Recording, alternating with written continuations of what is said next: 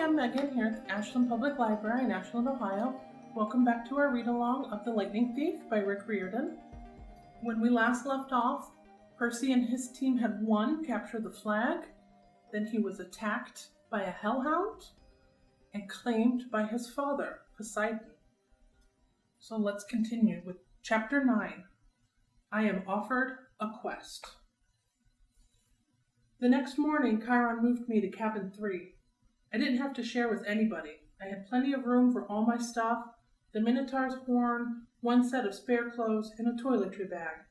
I got to sit at my own dinner table, pick all my own activities, call lights out whenever I felt like it, and not listen to anybody else. And I was absolutely miserable. Just when I'd started to feel accepted, to feel I had a home in cabin 11, and I might be a normal kid. Or as normal as you can be when you're a half-blood. I'd been separated out as if I had some rare disease. Nobody mentioned the hellhound, but I got the feeling they were all talking about it behind my back. The attack had scared everybody.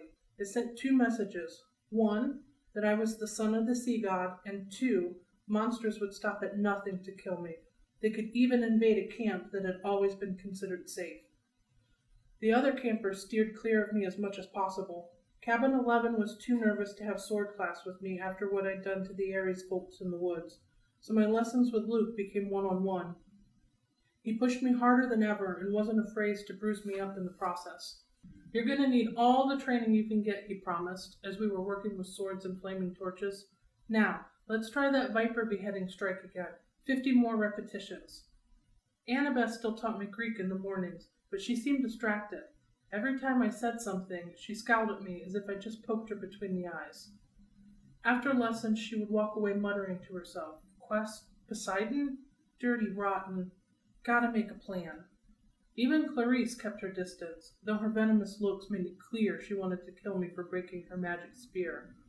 I wish she would just yell or punch me or something. I'd rather get into fights every day than be ignored. I knew somebody at camp resented me because one night I came into my cabin and found a mortal newspaper dropped inside the doorway, a copy of the New York Daily News, open to the Metro page. The article took me almost an hour to read because the angrier I got, the more the words floated around on the page. Boy and Mother Still Missing After Freak Car Accident by Eileen Smith. Sally Jackson and son Percy are still missing 1 week after their mysterious disappearance. The family's badly burned 78 Camaro was discovered last Saturday on a North Long Island road with the roof ripped off and the front axle broken. The car had flipped and skidded for several hundred feet before exploding. Mother and son had gone for a weekend vacation to Montauk, but left hastily under mysterious circumstances. Small traces of blood were found in the car and near the scene of the wreck, but there were no other signs of the missing Jacksons. Residents in the rural area reported seeing nothing unusual around the time of the accident. Miss Jackson's husband, Gabe Ugliano, claims that his stepson, Percy Jackson, is a troubled child who has been kicked out of numerous boarding schools and has expressed violent tendencies in the past. Police would not say whether son Percy is a suspect in his mother's disappearance, but they have not ruled out foul play. Below are recent pictures of Sally Jackson and Percy. Police urge anyone with information to call the following toll-free Crime Stoppers hotline. The phone number was circled in black marker. I wadded up the paper and threw it away, then flopped down in my bunk bed in the middle of my empty cabin. Lights out, I told myself miserably. That night, I had my worst dream yet. I was running along the beach in a storm. This time, there was a city behind me. Not New York. The sprawl was different.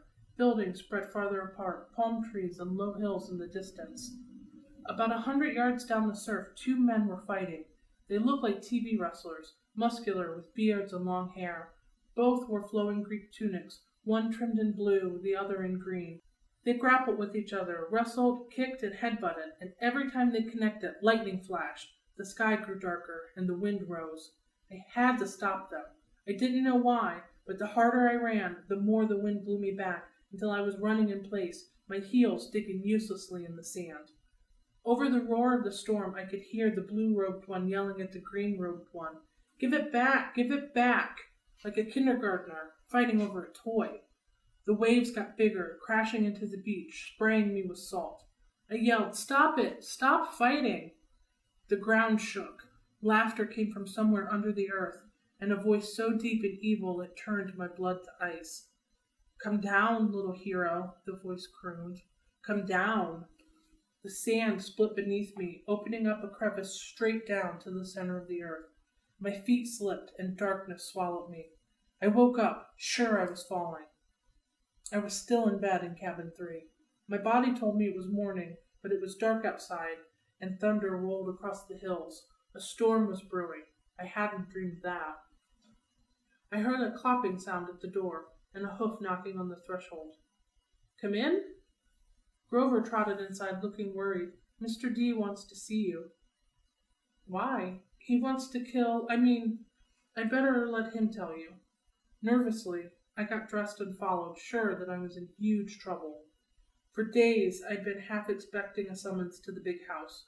Now that I was declared a son of Poseidon, one of the big 3 gods who weren't supposed to have kids, I figured it was a crime just for me to be alive. The other gods had probably been debating the best way to punish me for existing, and now Mr. D was ready to deliver their verdict.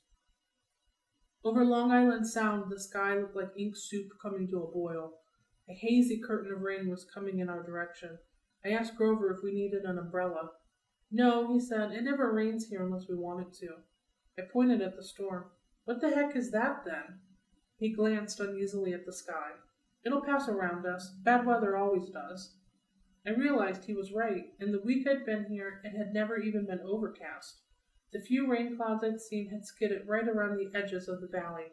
But this storm, this one was huge. At the volleyball pit, the kids from Apollo's cabin were playing a morning game against the satyrs. Dionysus's twins were walking around in the strawberry fields, making the plants grow. Everybody was going about their normal business, but they looked tense. They kept their eyes on the storm.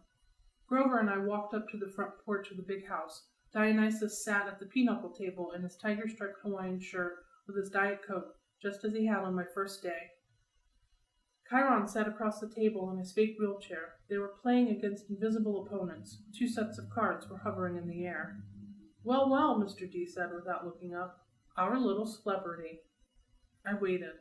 "Come closer," said Mr. D. "Don't expect me to kowtow to you, mortal, just because old Barnacle-beard is your father." A net of lightning flashed across the clouds. Thunder shook the windows of the house. "Blah, blah, blah," Dionysus said. Chiron feigned interest in his pinochle cards. Grover cowered by the railing, his hooves clopping back and forth. "If I had my way," Dionysus said, "I would cause your molecules to erupt in flames. We'd sweep up the ashes and be done with a lot of trouble. But Chiron seems to feel this would be against my mission at this cursed camp, to keep you little brats safe from harm." "Spontaneous combustion is a form of harm, Mr. D," Chiron put in. "Nonsense," Dionysus said. "The boy wouldn't feel a thing. Nevertheless, I've agreed to restrain myself. I'm thinking of turning you into a dolphin instead, sending you back to your father." "Mr. D," Chiron warned. "Oh, all right," Dionysus relented. "There's one more option, but it's deadly foolishness." Dionysus rose, and the invisible player's cards dropped to the table. "I'm off to Olympus for the emergency meeting. If the boy is still here when I get back, I'll turn him into an Atlantic bottlenose. Do you understand? And Percy Jackson, if you're at all smart, you'll see that's the much more sensible choice than what Chiron feels you must do." Dionysus picked up a playing card, twisted it, and it became a plastic rectangle. "A credit card? No, a security pass." He snapped his fingers. The air seemed to fold and bend around him.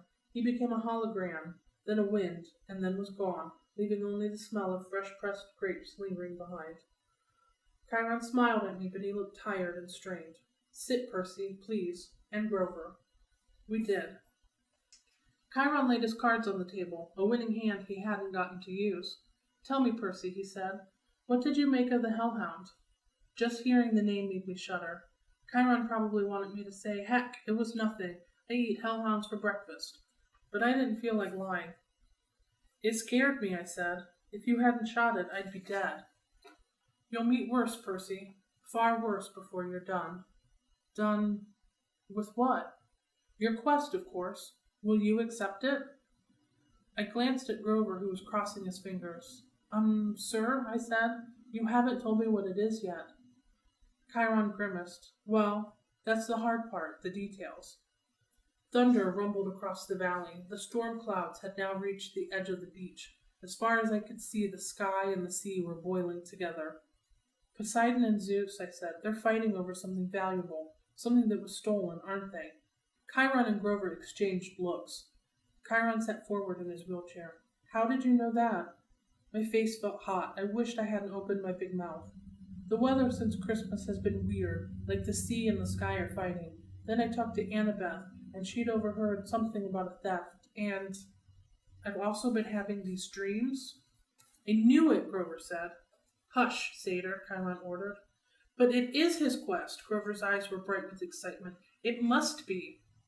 Only the oracle can determine, Chiron stroked his bristly beard. Nevertheless, Percy, you are correct. Your father and Zeus are having their worst quarrel in centuries. They are fighting over something valuable that was stolen. To be precise, a lightning bolt. I laughed nervously. A what? Do not take this lightly, Chiron warned. I'm not talking about some tinfoil-covered zigzag you'd see in a second-grade play.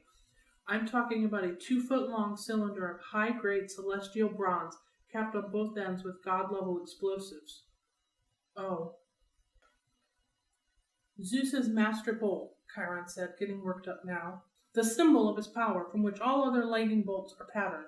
The first weapon made by the Cyclops for the war against the Titans. The bolt that sheared the top off Mount Etna and hurled Kronos from his throne. The master bolt, which packs enough power to make mortal hydrogen bombs look like firecrackers. And it's missing? Stolen, Chiron said. By who? By whom? Chiron corrected. Once a teacher, always a teacher. By you. My mouth fell open. At least, Chiron held up a hand, that's what Zeus thinks.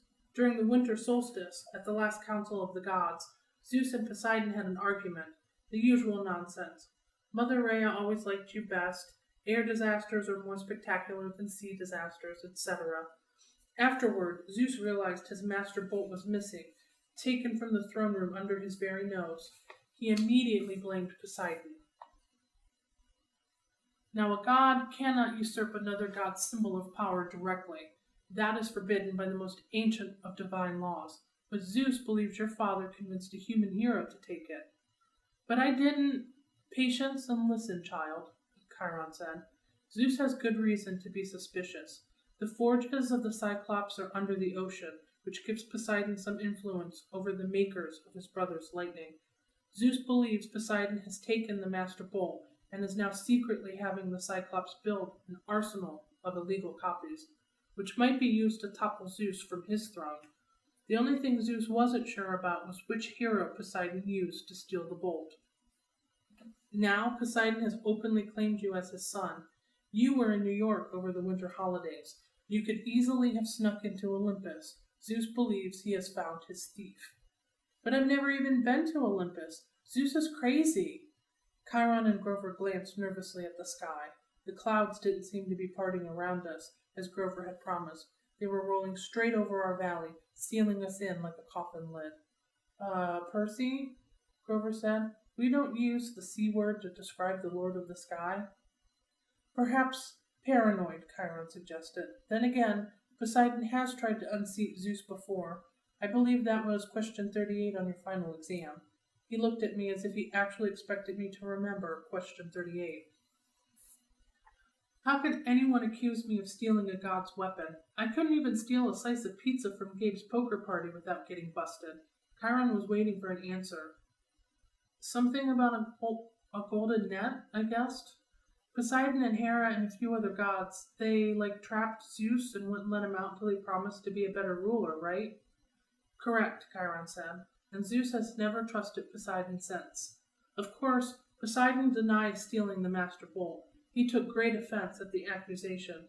The two have been arguing back and forth for months, threatening war, and now you've come along, the proverbial last straw. But I'm just a kid.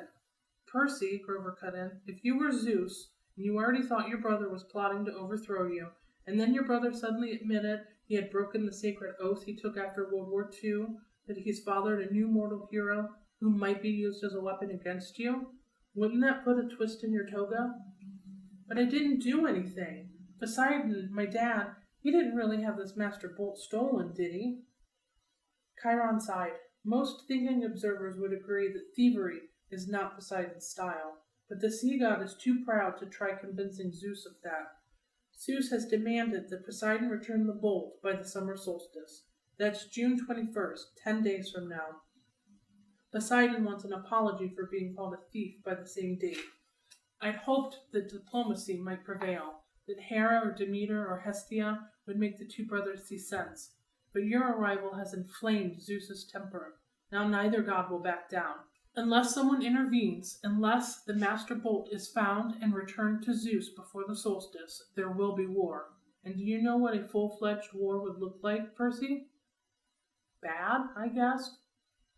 Imagine the world in chaos, nature at war with itself, Olympians forced to choose sides between Zeus and Poseidon, destruction, carnage, millions dead, Western civilization turned into a battleground so big it will make the Trojan War look like a water balloon fight. Bad, I repeated. And you, Percy Jackson, would be the first to feel Zeus's wrath. It started to rain. Volleyball players stopped their game and stared in stunned silence at the sky. I had brought this storm to Half-Blood Hill. Zeus was punishing the whole camp because of me. I was furious. So I have to find the stupid bolt, I said, and return it to Zeus. What better peace offering, Chiron said, than to have the son of Poseidon return Zeus's property? If Poseidon doesn't have it, where is the thing? I believe I know, Chiron's expression was grim. Part of a prophecy I had years ago. Well, some of the lines make sense to me now, but before I can say more, you must officially take up the quest. You must seek the counsel of the oracle. But why can't you tell me where the bolt is beforehand? Because if I did, you would be too afraid to accept the challenge. I swallowed. Good reason. You agree then? I looked at Grover, who nodded encouragingly. Easy for him. I was the one Zeus wanted to kill. All right, I said. It's better than being turned into a dolphin. Then it's time you consulted the oracle, Chiron said. Go upstairs, Percy Jackson, to the attic. When you come back down, assuming you're still sane, we will talk more. 4 flights up, the stairs ended under a green trap door. I pulled the cord. The door swung down and a wooden ladder clattered into place. The warm air from above smelled like mildew and rotten wood, and something else. A smell I remembered from biology class. Reptiles. A smell of snakes. I held my breath and climbed. The attic was filled with Greek hero junk. Armor stands covered in cobwebs, once bright shields pitted with rust, old leather steamer trunks plastered with stickers saying Ithaca, Circe's Isle, and Land of the Amazons. One long table was stacked with glass jars filled with pickled things, severed hairy claws, huge yellow eyes, various other parts of monsters. A dusty mounted trophy on the wall looked like a giant snake's head, but with horns and a full set of shark teeth. The plaque read Hydra Head No. 1, Woodstock, New York, 1969. By the window, sitting on a wooden tripod stool, was the most gruesome memento of all, a mummy. Not the wrapped in cloth kind, but a human female body shriveled to a husk. She wore a tie-dyed sundress, lots of beaded necklaces, and a headband over long black hair. The skin of her face was thin and leathery over her skull, and her eyes were glassy white slits, as if the real eyes had been replaced by marbles. She'd been dead a long, long time. Looking at her sent chills up my back, and that was before she sat up on the stool and opened her mouth. A green mist poured from the mummy's mouth, coiling over the floor in thick tendrils, hissing like 20,000 snakes. I stumbled over myself trying to get to the trap door, but it slammed shut. Inside my head I heard a voice, slithering into one ear and coiling around my brain.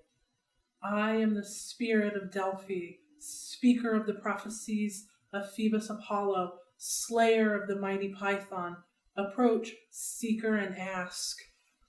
I wanted to say, no thanks, wrong door, just looking for the bathroom, but I forced myself to take a deep breath.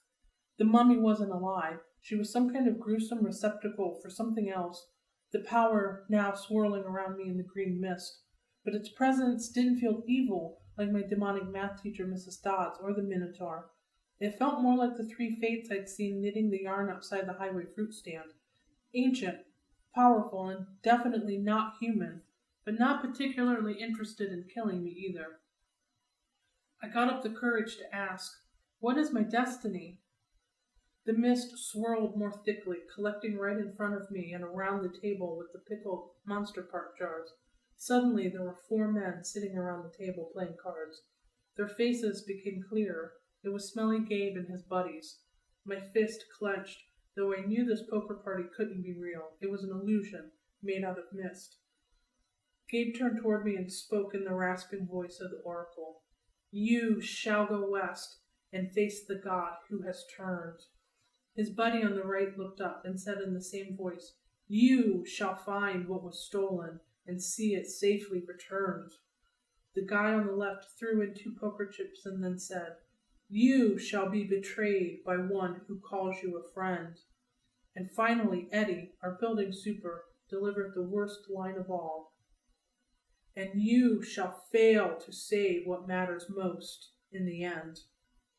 The figures began to dissolve.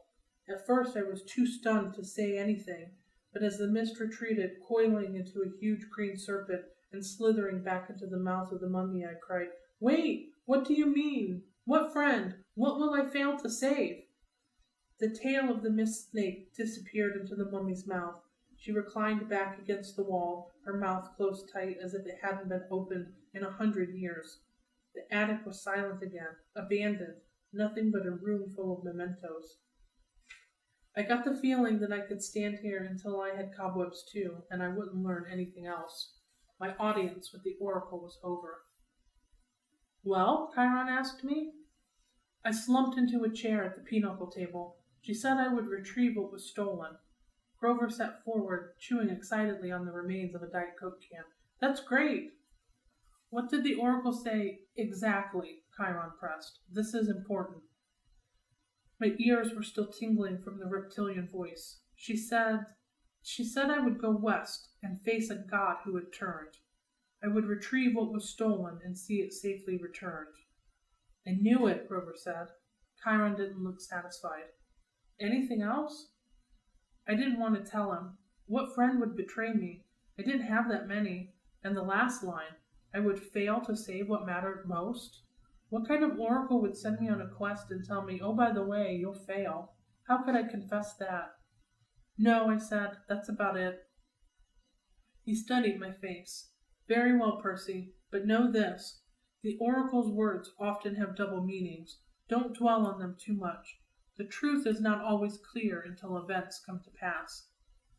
I got the feeling he knew I was holding back something bad, and he was trying to make me feel better. "Okay," I said, anxious to change topics. "So where do I go? Who's this god in the west?" "Ah, think, Percy," Chiron said. "If Zeus and Poseidon weaken each other in a war, who stands to gain?" "Somebody else who wants to take over?" I guessed. "Yes, quite. Someone who harbors a grudge, who has been unhappy with his lot since the world was divided eons ago, whose kingdom would grow powerful with the deaths of millions. Someone who hates his brothers for forcing him into an oath to have no more children, an oath that both of them have now broken." I thought about my dreams, the evil voice that had spoken from under the ground. Hades. Chiron nodded. "The Lord of the Dead is the only possibility." A scrap of aluminum dribbled out of Grover's mouth. "Whoa, wait, what?" "A Fury came after Percy," Chiron reminded him. "She watched the young man until she was sure of his identity, then tried to kill him. Furies obey only one lord, Hades." "Yes, but Hades hates all heroes," Grover protested, "especially if he has found out Percy is a son of Poseidon." "A hellhound got into the forest," Chiron continued. "Those can only be summoned from the fields of punishment, and it had to be summoned by someone within the camp. Hades must have a spy here. He must suspect Poseidon will try to use Percy to clear his name. Hades would very much like to kill this young half-blood before he can take on the quest." "Great," I muttered. "That's 2 major gods who want to kill me. But a quest to... couldn't the Master Bolt be in some place like Maine? Maine's very nice this time of year." "Hades sent a minion to steal the Master Bolt," Chiron insisted. He hid it in the underworld, knowing full well that Zeus would blame Poseidon. I don't pretend to understand the Lord of the Dead's motives perfectly, or why he chose this time to start a war, but one thing is certain. Percy must go to the underworld, find the Master Bolt, and reveal the truth. A strange fire burned in my stomach. The weirdest thing was, it wasn't fear, it was anticipation, the desire for revenge. Hades had tried to kill me 3 times so far, with the Fury, the Minotaur, and the Hellhound. It was his fault my mother had disappeared in a flash of light. Now he was trying to frame me and my dad for a theft we hadn't committed. I was ready to take him on. Besides, if my mother was in the underworld... "Whoa, boy," said the small part of my brain that was still sane. "You're a kid. Hades is a god." Grover was trembling. He'd started eating pinochle cards like potato chips. The poor guy needed to complete a quest with me so he could get his searcher's license, whatever that was. But how could I ask him to do this quest, especially when the Oracle said I was destined to fail? This was suicide.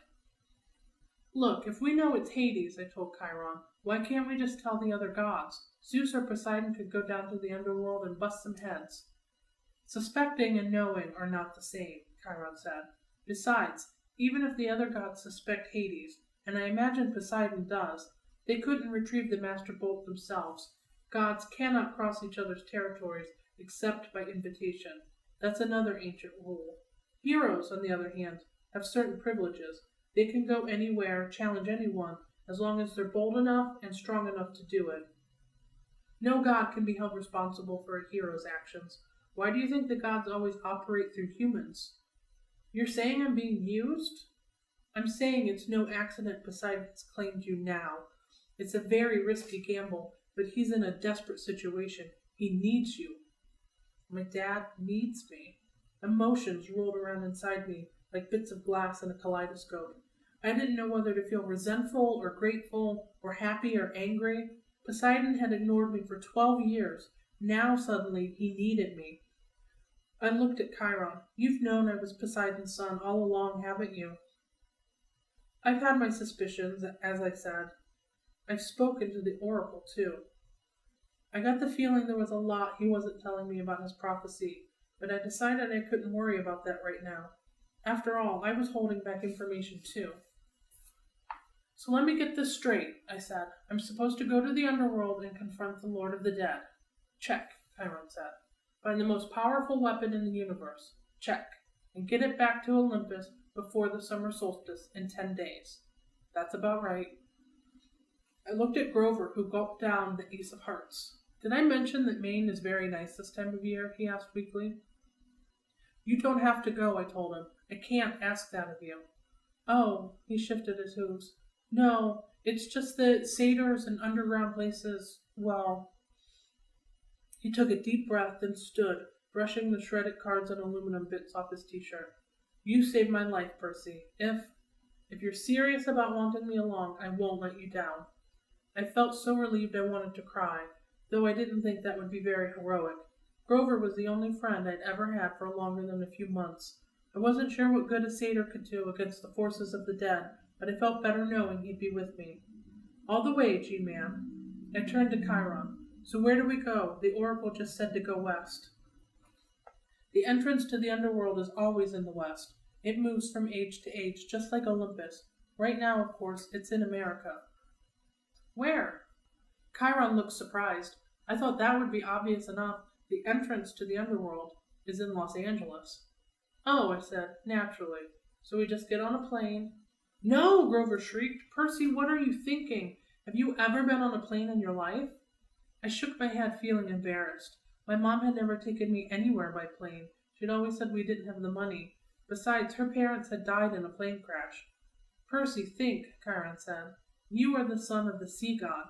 Your father's bitterest rival is Zeus, lord of the sky.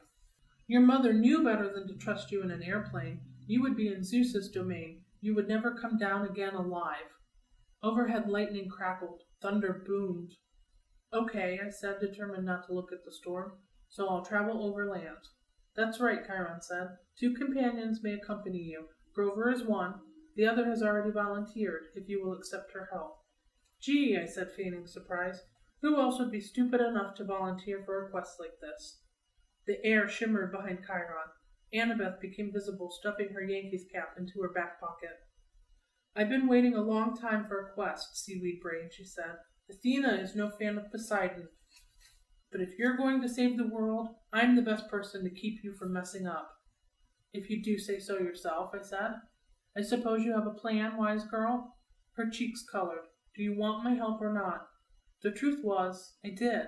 I needed all the help I could get. A trio, I said. That'll work. Excellent, Chiron said. This afternoon we can take you as far as the bus terminal in Manhattan. After that, you are on your own. Lightning flashed. Rain poured down on the meadows that were never supposed to have violent weather. No time to waste, Chiron said. I think we should all get packing. So that is the end of chapter 9. Join us next time as we find out what happens to Percy, Annabeth, and Grover as they start their quest.